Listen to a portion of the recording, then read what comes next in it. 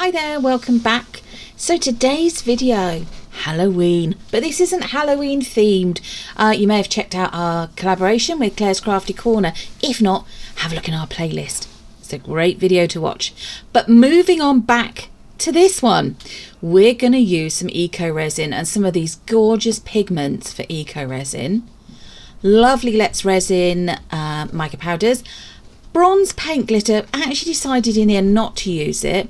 And then we've got this lovely little set of moulds. So you've got an elongated oblong shaped tray, lovely little candle holder or trinket pot, and then another slightly different shaped larger pot. Gorgeous, lots and lots of diamond detailing in there.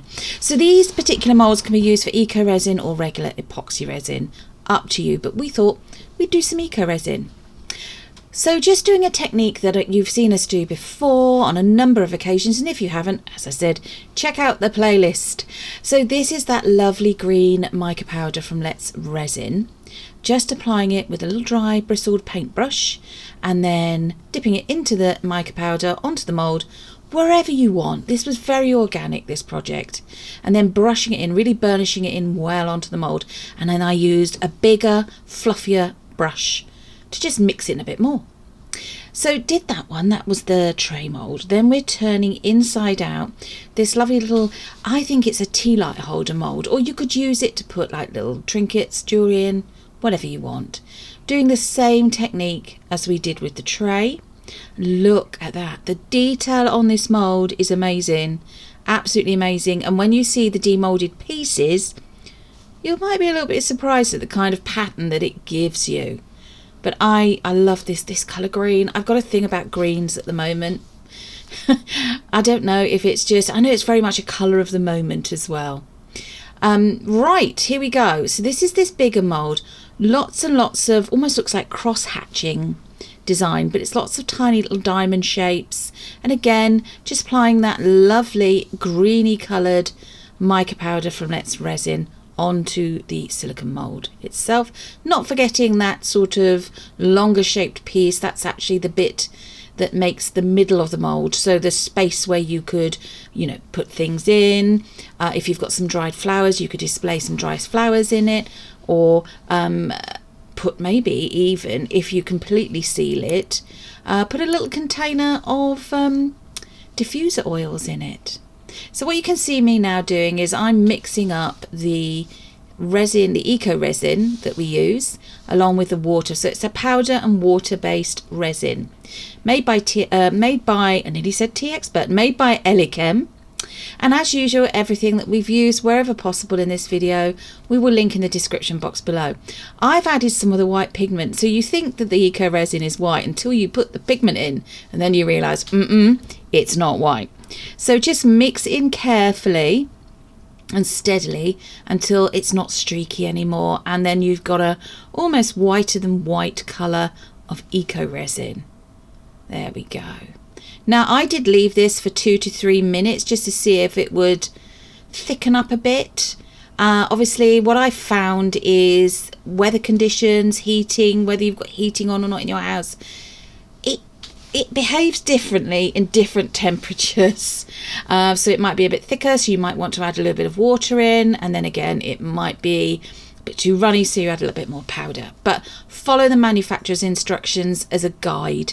Then I've added in onto a little stir stick, or this is actually coffee stick, some of the other pigments that I'm using, which is that lovely green. I only used one of the colour greens, and that magenta colour. Decided it was a bit too pink, believe it or not, so I added some more white, and then carefully and steadily poured it into the first of the 3 moulds. Love that colour. Look at the way it's mixing. It does look very, very pink though, which tiny bit of a worry. Now, as per usual, what you need to do then when you use eco resin is to do what we're doing here, which is agitate the mould, and don't do as you might see me do in this video, and that is getting a right mess. But be prepared, this can be quite a messy process. So as usual, make sure that you're wearing gloves to protect your skin, although eco resin is not usually toxic, but it might cause an allergic reaction, and obviously you really don't want that. So I've made up some more because I didn't make up enough.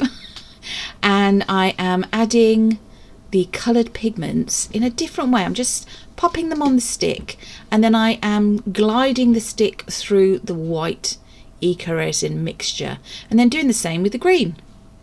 So different way. I mean, you can just drop them in if you want to, totally up to you, but I was a bit concerned I wouldn't have enough control over the amount of pigment that was being added. And there we go, just pouring it in to the mould again. As I haven't said this already, but bits of this video have been sped up because obviously you need to take your time, and we don't want you sitting through prolonged video of different kinds of processes. You know, you don't need to watch that. So we did refill a bit more in there and then agitate the mould. Now, agitating these moulds encourages any little air bubbles that might be trapped to come up to the surface and disperse, which is what we were doing with that one. And here is the tray. Look at this. Wow. Look at that. Now, if only the tray had been like that on the other side, but it wasn't. And lo and behold, yes, I added too much in, scooped, had to just keep scooping some out, kept tapping the sides, did another nice little wiggly pattern there, and realised I'd still got way too much in this mould. See, this is me getting in a mess. But there we are. It's all good. It all comes out in the wash. And any bits that are on, I use greaseproof paper or baking paper as a protection for my work area. But I mean, you can use a silicone mat. It will dry up, flake off, and you can keep the bits. So this is actually the following day. Now, it usually only takes about an hour to an hour and a half to completely cure hard. And that little bowl of bits was the bits that I'd got off of the baking sheet. So here we are. I'm just demoulding this first of the 3 moulds. Quite smooth, but this is quite pale. There's rather a lot of white there. Not quite what I wanted. And then I went to open up this second mould and thought, oh my goodness me, it's white. Yeah, wasn't overly happy at all. And then I noticed, oh my goodness me, what has happened? It's totally deformed on the inside, and what it is the inside of that mold that I'm just showing you there has almost collapsed under the weight of this eco resin as it's been curing. It's been too much to support it. So yes, it's still usable as a nice little pot, or you can do what I decided to do, and that's have another go, which I'll show you shortly. But yeah, just deciding then what to do with it. So here is this lovely little tray, gorgeous pattern underneath, and we've still got a little bit of overport there, which just comes off. It comes off easily enough with your hands. And we've got quite a lovely bit of marbling going on already. Gorgeous pattern that is. Can you see the edges there? See that now, that's referred to as marbling. I can see little bits of the golden green sheen of the mica powder on this piece, a lot more than I can on the other two. So it's taken better on the tray. I'm not that surprised.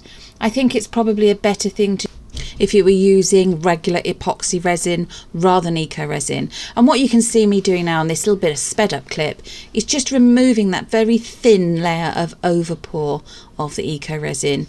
You know, I mean, you don't have to use your hands if you don't want to, but it was very thin and it came off very easy. And those little chips left over, just put into my little bowl that I'm collecting all the other little bits with. And you can use them as terrazzo pieces to add into other projects using eco resin. So just using an emery board now, or a nail file, just to go around the edges to smooth them all nicely down so it's all nice and smooth, no sharpness or anything like that. I also go over the bases of all of these pieces as well, just sanding them lightly down. You can of course use a wet and dry sandpaper if you want to.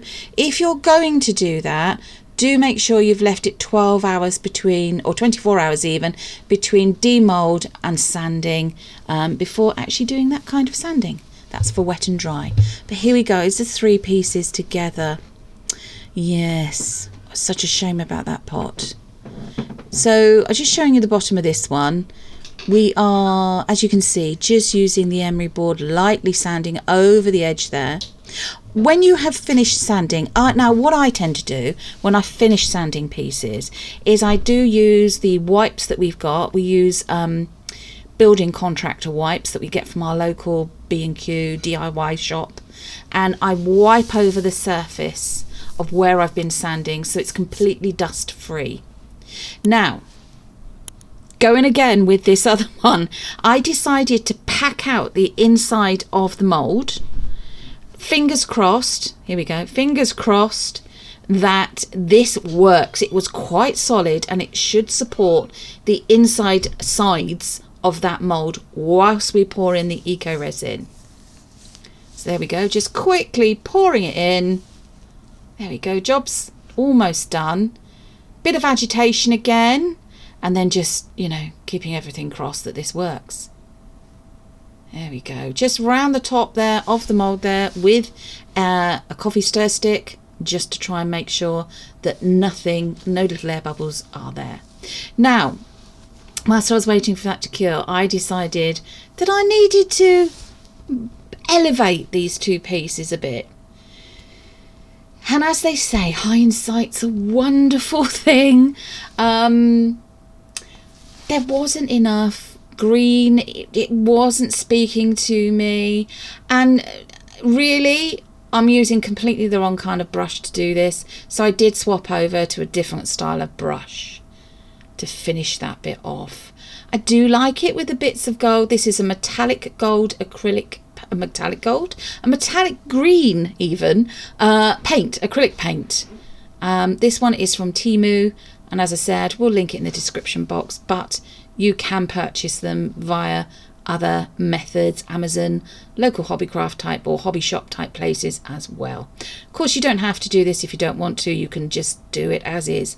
Now, this brush is beautiful if you know how to use it. This is the first time I'd used it, and mixed feelings about it, to be honest.